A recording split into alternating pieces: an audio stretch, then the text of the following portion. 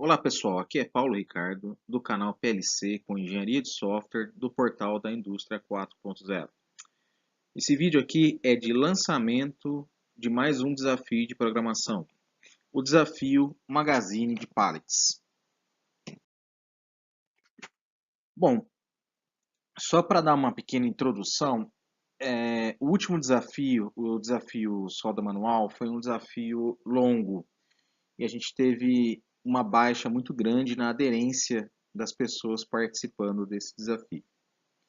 Originalmente, o desafio que eu estou lançando hoje, o desafio Magazine de Pallets, era também um desafio bem longo. Era um desafio que tinha um magazine de pallets, mais um sistema de transporte e mais uma palletizadora. Para tornar mais fácil a adesão de pessoas, porque a gente sabe que o dia a dia é bem corrido, eu decidi dividir esse grande desafio em pequenos desafios. Então a gente vai começar com um magazine de pallets, né? Pretendendo os objetivos que nós não conseguimos concluir no desafio solda manual, que é ter uma, ter uma estrutura de dados padrão para modos de operação e um bloco de função padrão para o modo de operação, né? Que serão utilizados nos próximos desafios.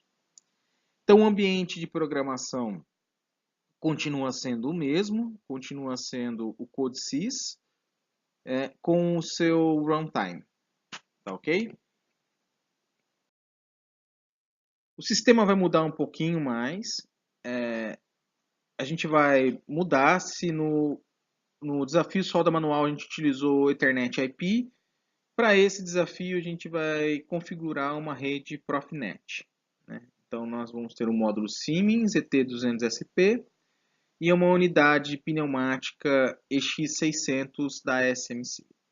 Tá? E continuo utilizando o IHM do CodeSys com o WebVisua. Um outro detalhe é que é na parte de organização do software em si. Então, todos os acionamentos devem possuir um bloco para gerenciar seu funcionamento. Tá? Então, da maneira que a pessoa achar melhor, utilizando estrutura de dados ou não, você tem que ter ali uma gestão dos seus acionamentos ali de válvula e de motor. Tem que ter pelo menos duas estruturas de dados bem definidas, tá ok?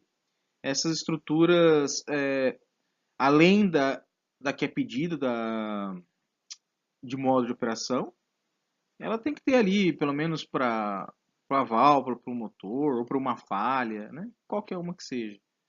E tem que estar organizada dentro do CLP, ou seja, não é para fazer uma linguiçona com tudo. Tudo bem? Tudo isso é só para a gente tentar implementar e acostumar com um pouquinho de boas práticas. Então é dado aqui as listas de entradas, tá? E como era no desafio de solda manual, os botões, feedbacks, esse tipo de coisa, vai tudo para dentro da ET200SP.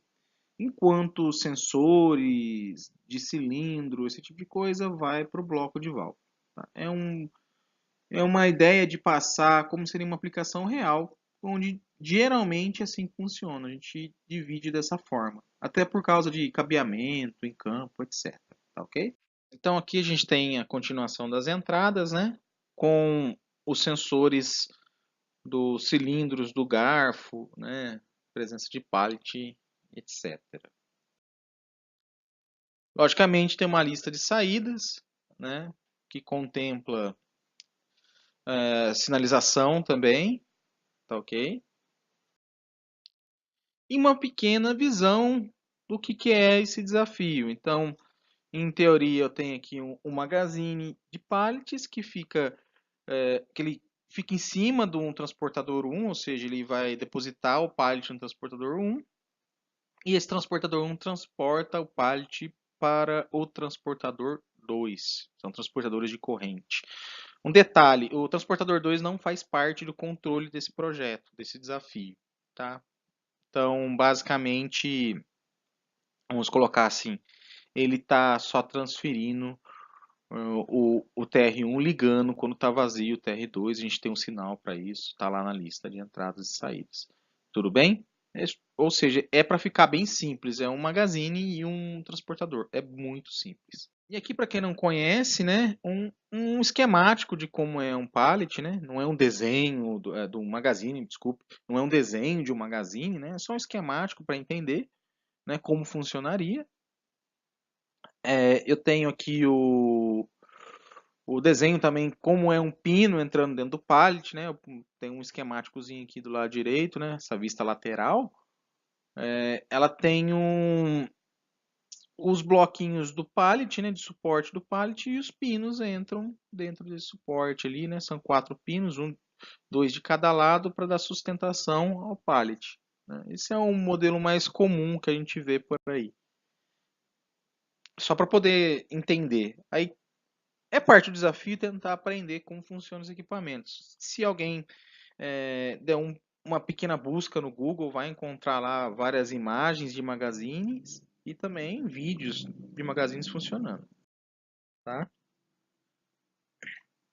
Outra coisa, né, que eu deixei aqui como seria mais ou menos a ligação de tudo isso, né? Um dispositivo de bloco de válvulas conectado ao painel, né? A gente vai ter, lógico, uma botoeirazinha lá e uma torre sinalizadora lá no magazine, né, que vai ser por um cabo multivias, mas é tão pouquinha coisa que eu nem quis passar, deixei mais para a imaginação do pessoal, né? Mas o principal é essa conexão aí para poder ver como que funciona a rede também, certo? O descritivo de funcionamento. O magazine de pallet tem as seguintes características, tá ok? O magazine de pallet é controlado através de um painel próprio que possui HM. O transportador TR1 é parte do magazine de pallets, sendo controlado pelo magazine de pallets. Se após 3 ciclos de abastecimento do transportador não é detectado nenhum pallet, significa que o magazine está vazio. Então vai ter que emitir uma falha que está vazio. Em caso o magazine esteja vazio, o mesmo deve ficar na posição inferior com os garfos abertos, aguardando abastecimento, né, por uma empilhadeira. E o transportador 1 só pode enviar o pallet para frente, né, caso o próximo transportador seja vazio. Muito óbvio, tá ok?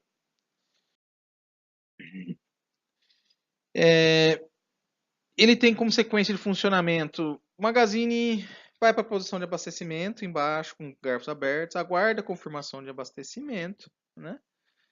Aí ele vai para a posição intermediária, avança o garfo, sobe para a posição superior, vai deixar livre ali o pallet de baixo. Quando o transportador 1 estiver vazio, né, não tem mais nenhum pallet detectado lá, desce o magazine de pallet. Tudo bem? Aí ele vai lá, abre o garfo, deposita, sobe para a intermediária, fecha o garfo e sobe de novo. Né? É bem simples, né, essa sequência. Eu fiz um pequeno esqueminha pneumático aqui só para ter uma ideia de como é conectado aí os grampos, né, do magazine. E a gente entra novamente nos requisitos. Né? O modo de operação, os modos de operação devem obrigatoriamente possuir uma estrutura de dados para controlá-los. Obrigatoriamente o modo de operação vai ter que ser gerido por uma função específica, tá? Chamada dentro de um programa. E a primeira linha desse programa deve ser a verificação dos sinais de segurança. Tudo bem? A interface homem-máquina deve ter uma tela de contagem de produção, número de pallets que saíram no transportador, a tela de comandos manuais para abrir, fechar, subir, abaixar, logicamente, um sinótico com animação, a tela de falhas, histórico de falhas, a tela principal tem que ter um banner de falha também, e as cores de falha devem obedecer a NR12. Basicamente aquilo que foi pedido no desafio solda manual. Até um pouquinho mais simples, porque não tem tempo de ciclo. Tudo bem?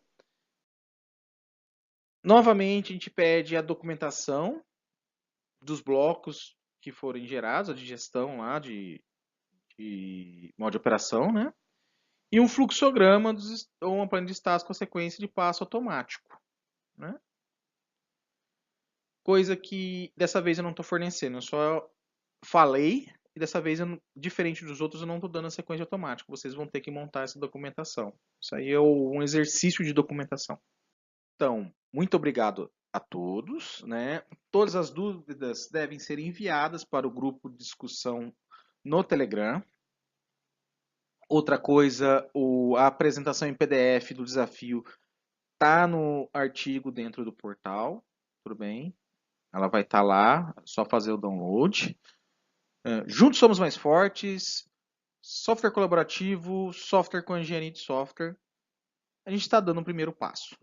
Então, vamos lá, vamos aderir ao desafio e vamos chamar mais gente para participar do desafio. Muito obrigado a todos e até a próxima.